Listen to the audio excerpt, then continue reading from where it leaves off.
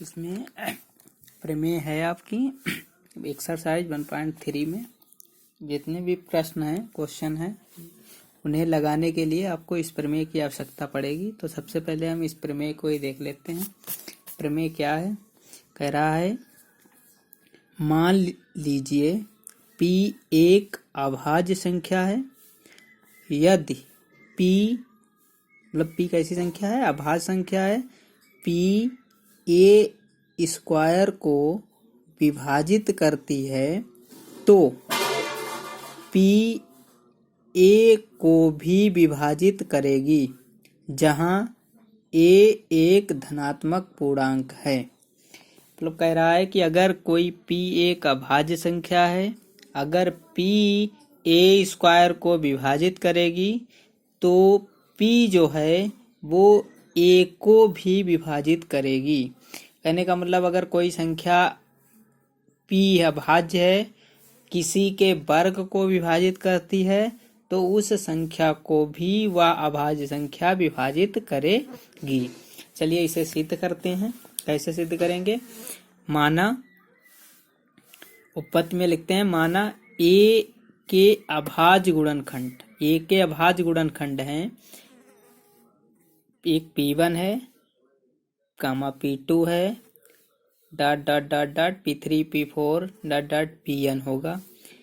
ये P1 P2 P3 सभी कैसे हैं? अभाज्य गुणनखंड है। अभाज्य गुणनखंड उन्हें कहते हैं जो या तो स्वयं से कटे या एक से कटे, परंतु आवश्यक रूप से भिन्न भिन्न नहीं है। कोई जरूरी नहीं कि ये अलग अलग भी हों, कि P1 अलग हो P2 अलग हो, अलग भी हो सकते हैं और अलग नहीं भी हो सकते हैं। तो इसलिए इसका अगर वर्ग निकालें, ए बराबर माना है हमें ए स्क्वायर निकालना है, ए स्क्वायर लिखेंगे तो इसे हम लिख सकते हैं P1 P2 dot dot Pn। फिर इसकी ए स्क्वायर का मतलब गुणा ही तो कराएंगे, तो P1 P2 P3 dot dot Pn। अगर गुणा करा देंगे तो P1 का भी स्क्वायर हो जाएगा, P2 का भी स्क्वायर हो जाएगा और डॉट डॉट Pn का भी स्क्वायर हो जाएगा।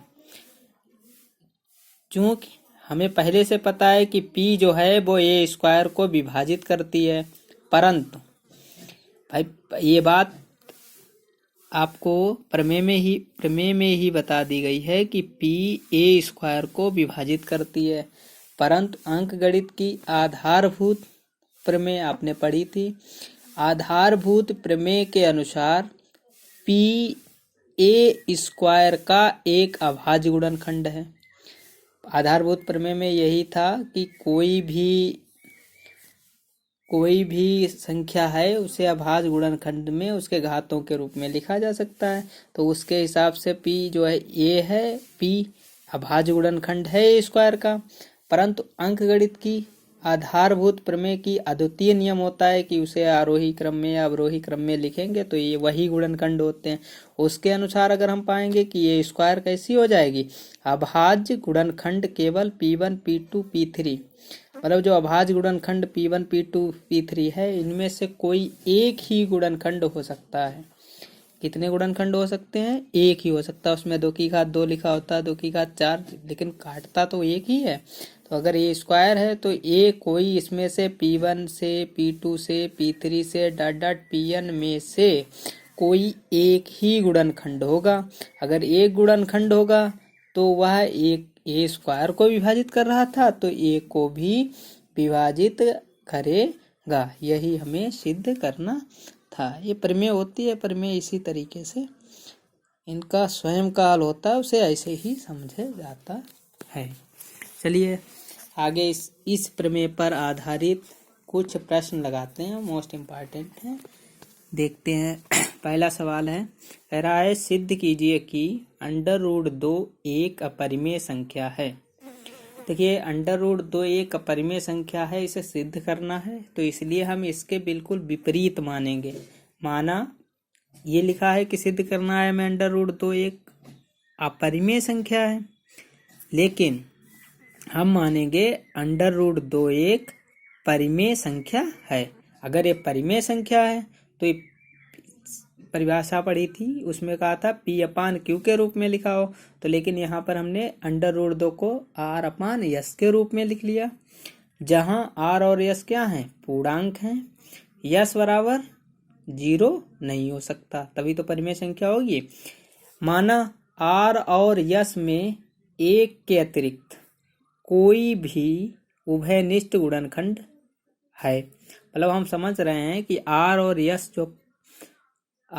यश जो पूर्णांक हैं, इनमें कोई एक के अलावा भी ऐसा गुणनखंड है जो दोनों में उपस्थित है।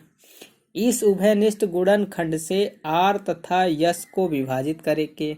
अगर हम इस गुणनखंड से, जो भी इनमें दोनों का गुणनखंड होगा, मतलब जैसे 2 से अगर विभाजित हो रहा दोनों में, तो 2 से भाग दोनों में करके तो हमें नई परिमेय संख्या मिलेगी A/B, जो भी क्या होगी, सहअभाज्य गुणनखंड होंगे। सहअभाज्य गुणनखंड उन्हें कहते हैं ऐसी दो संख्याएं जिनका मासा 1 होता है। और देखिए, मतलब अगर इनके सहअभाज्य गुणनखंड दोनों के एक जैसे गुणनखंड नहीं मिल रहे हैं तो उनका मासा 1 ही होगा। तो A/B लिख लिया।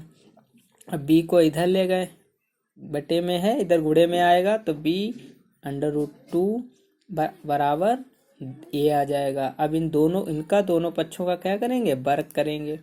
तो इनके दोनों पक्षों का वर्ग करने पर देखिए B का स्क्वायर तो B स्क्वायर हो जाएगा। √2 के अगर स्क्वायर करेंगे तो 2 से वर्गमूल के अंदर जो 2 बार लिखा हो तब 1 बार आता, अंडर हट जाता है स्क्वायर से, 2 आ जाएगा, बराबर A² आ जाएगा। देखिए, अब A² बराबर है 2B², तो 2 इसके गुणे में है, इसका मतलब है कि 2 इसके गुणे में है तो इसका A² के बराबर है, तो 2A² को विभाजित करेगा। अगर 2A² को विभाजित करेगा तो आपको पता है, अभी आपने प्रमेय पढ़ी थी, अगर P A² को विभाजित करता है तो P A को विभाजित करेगा। P की जगह पर यहाँ क्या है, अभाज्य गुणनखंड है, तो P की जगह पर 2 है तो A को भी विभाजित करेगा। अब क्या करेंगे, अब इसमें A की जगह पर हम 2C मान लेंगे। अब देखिए, सहअभाज्य गुणनखंड दिखाना है, अगर होगा तो नहीं है, तो A बराबर मानेंगे 2C, जहाँ C कोई पूर्णांक है। अब A की जगह पर इसमें 2C² लिख देंगे। ऐसा करेंगे, इसे हम समीकरण नंबर 1 मान लेंगे। तो A बराबर 2C² हो जाएगा, तो ये जाएगा 2B² बराबर 2C² हो जाएगा 4C²। तो B² बराबर हो जाएगा 2C², तो B² बराबर 2C² हो जाएगा। अब देखिए, जब B² बराबर 2C² तो 2 गुणे में है, अगर 2C² कट रहा है तो 2B कटेगा, तो 2 से B भी विभाजित हो जाएगा, तो 2 से B को विभाजित करेगा।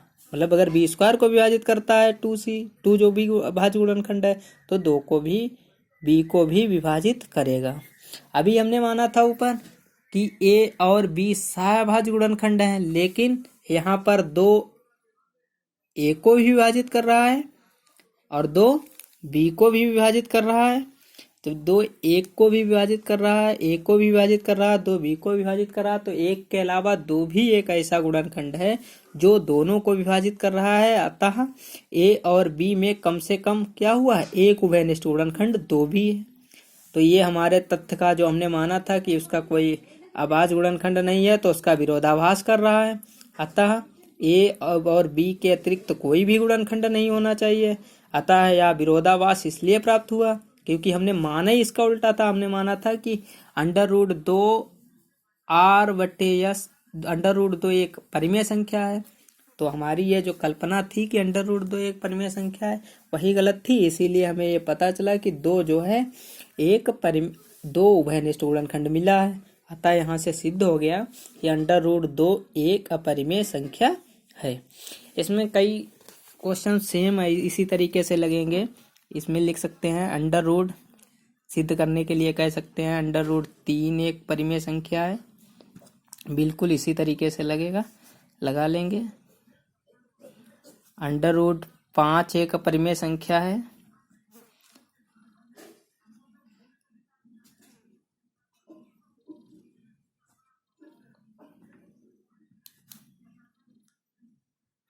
√7 एक परिमेय संख्या है, और √11 एक परिमेय संख्या है। कुछ नहीं करेंगे, √3 लिखने के लिए बिल्कुल √3 एक परिमेय संख्या मानेंगे, √3 के बराबर r/s मानेंगे, बिल्कुल सेम उभयनिष्ठ गुणनखंड नहीं होना चाहिए, ऐसा मानेंगे। ए बी सहभाज्य है, यहाँ पर √3, यहाँ पर 3 हो जाएगा, यहाँ पर भी 3 हो जाएगा। 3 a² को विभाजित करेगा, 3 a को भी विभाजित करेगा, a बराबर 3c।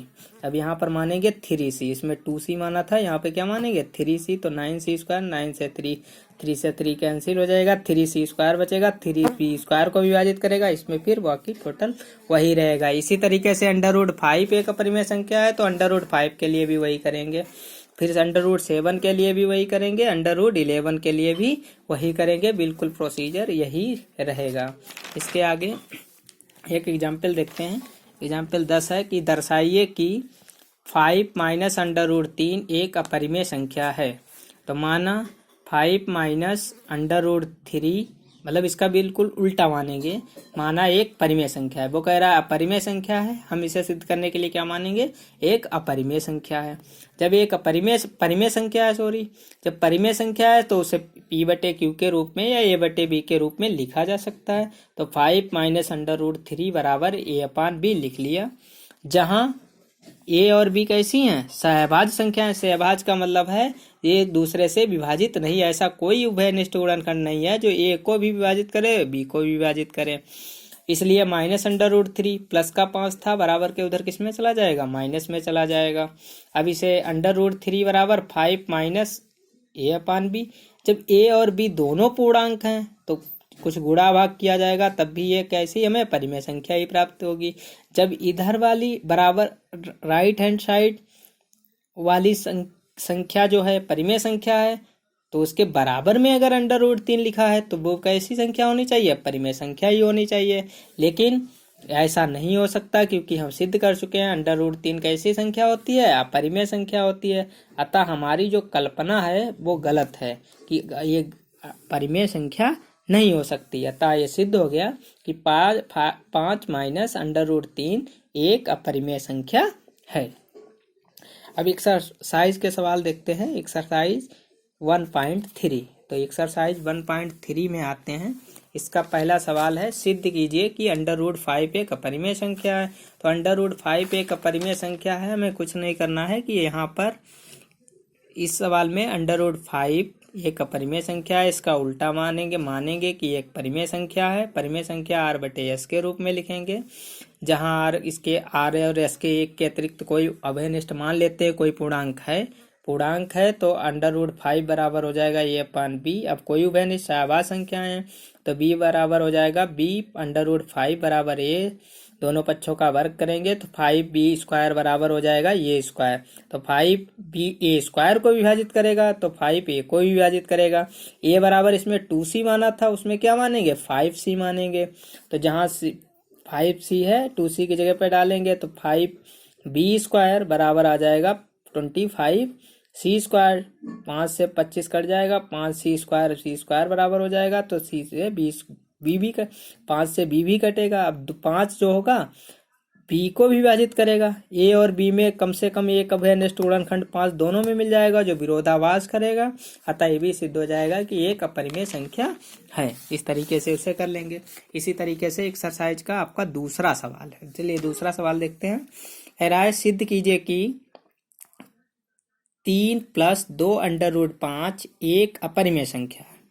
बहुत ही सरल सवाल है। हम क्या करेंगे, ऐसे सवालों में सबसे पहले इसके विपरीत मानेंगे कि वो सब प्रश्न में कह रहे हैं कि यह परिमेय संख्या है, हम क्या मानेंगे, परिमेय संख्या है। अगर ये परिमेय संख्या है तो इसे हम a/b के रूप में लिख सकते हैं। जब a/b के रूप में हम लिखेंगे, ab क्या होगा, यहाँ पर पूर्णांक होगा। पूर्णांक धनात्मक संख्या है, ऋणात्मक संख्या है, पहले से समझते हैं। शून्य भी होता है। अब देखिए इसे 3 प्लस का था, उधर जाएगा माइनस का हो जाएगा। 2 गुणे में है, ये बटे में चला आएगा। बटे में आने पर a/b -3 आ जाएगा।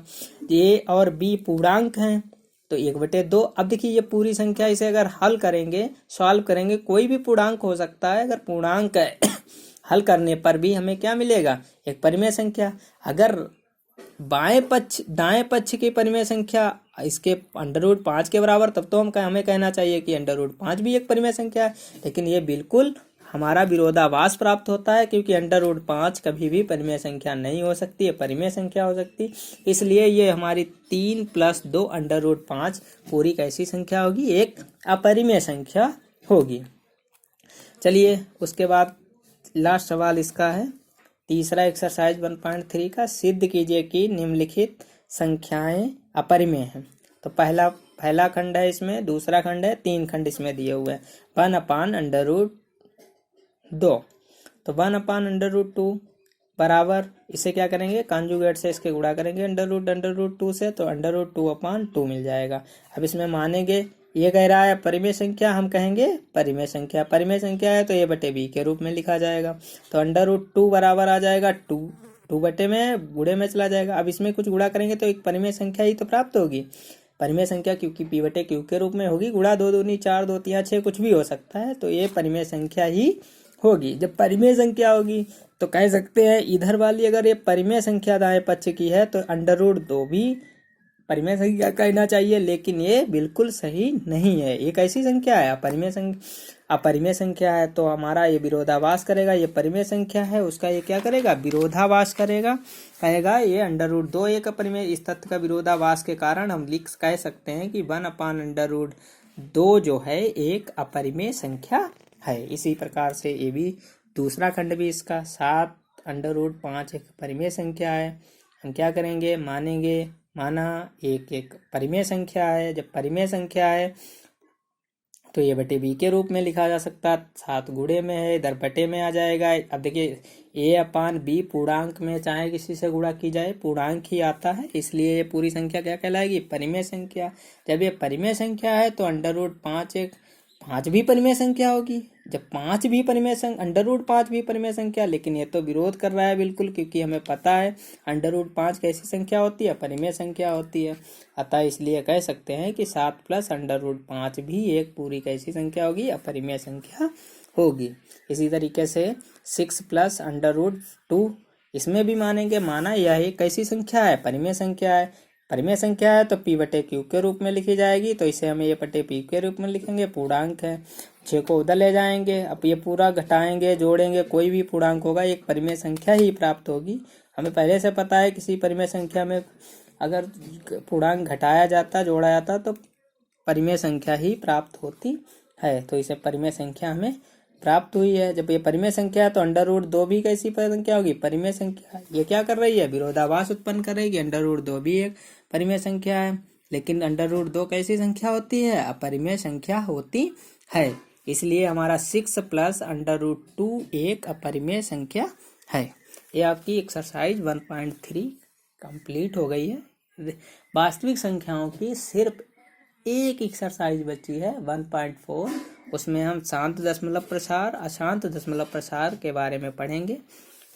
इस एक्सरसाइज से यूपी बोर्ड के लिए बहुत ही इम्पोर्टेंट प्रश्न है, इसमें से हर बार एक प्रश्न अवश्य आता है। Okay, bye.